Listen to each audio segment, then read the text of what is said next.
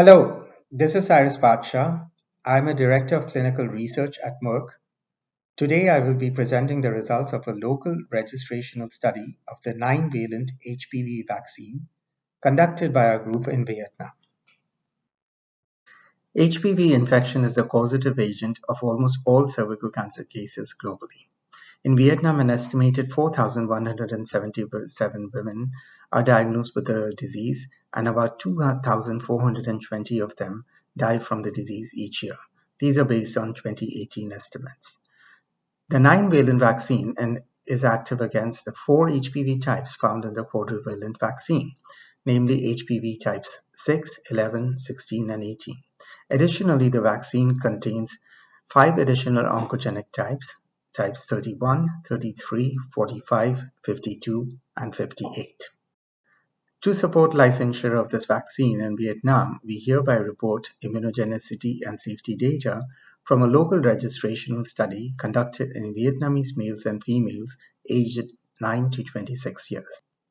The primary objective was to demonstrate immunogenicity of the vaccine based on acceptable anti-HPV titers against the 9 vaccine types at month 7 following the vaccination. That was approximately 4 weeks after the last dose of the vaccine had been administered. The secondary objectives included summarizing geometric mean titers at day 1 and month 7 following vaccination and to evaluate the safety profile of this vaccine. This was an open-label single-center phase 3 study conducted in healthy Vietnamese males and females aged 9 to 26 years.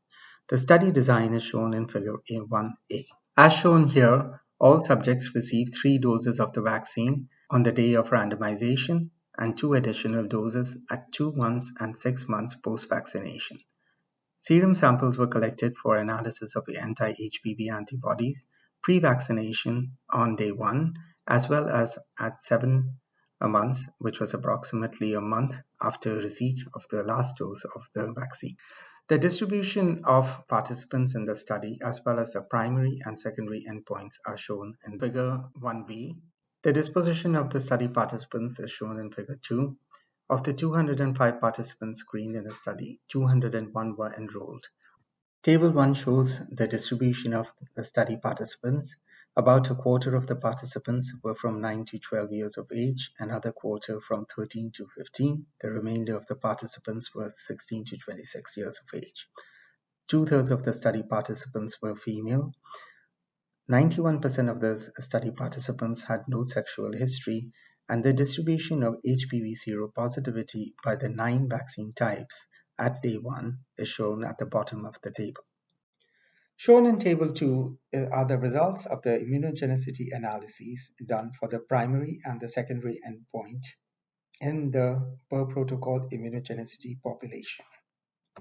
The per-protocol immunogenicity population, or the PPI, consisted of participants who received all 3 vaccine doses within a pre-specified time period, were seronegative at day 1 for each of the 9 HPV types, provided a serum sample within 21 to 49 days after the 3rd dose of the vaccine, and had no protocol violations that could impact immunogenicity analyses.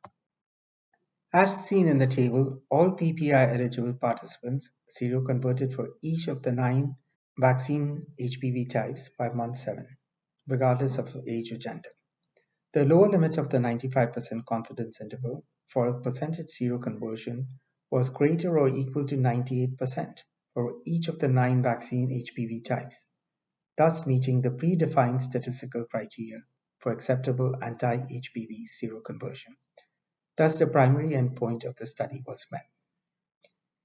In regards to the secondary endpoint relating to geometric mean titers, as can be seen in the table, robust anti-HPV GMTs were observed for all 9 vaccine HPV types by month 7.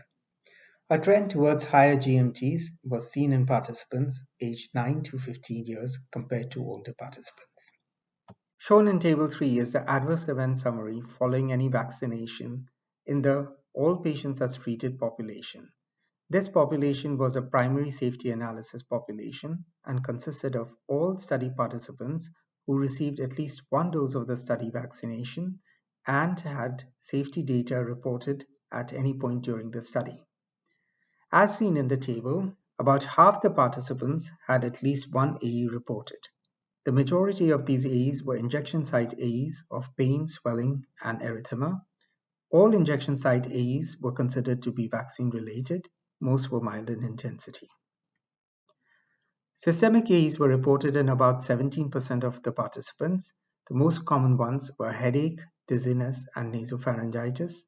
Most of them were mild in intensity. Among the systemic AEs reported, 2 were considered to be vaccine-related. There was a case of muscle fatigue in one of the participants, and another participant reported dizziness and headache.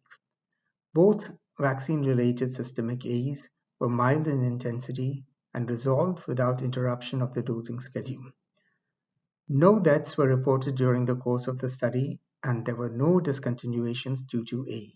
While there were no serious AEs that were considered to be vaccine-related reported in the study, there was one SAE of note.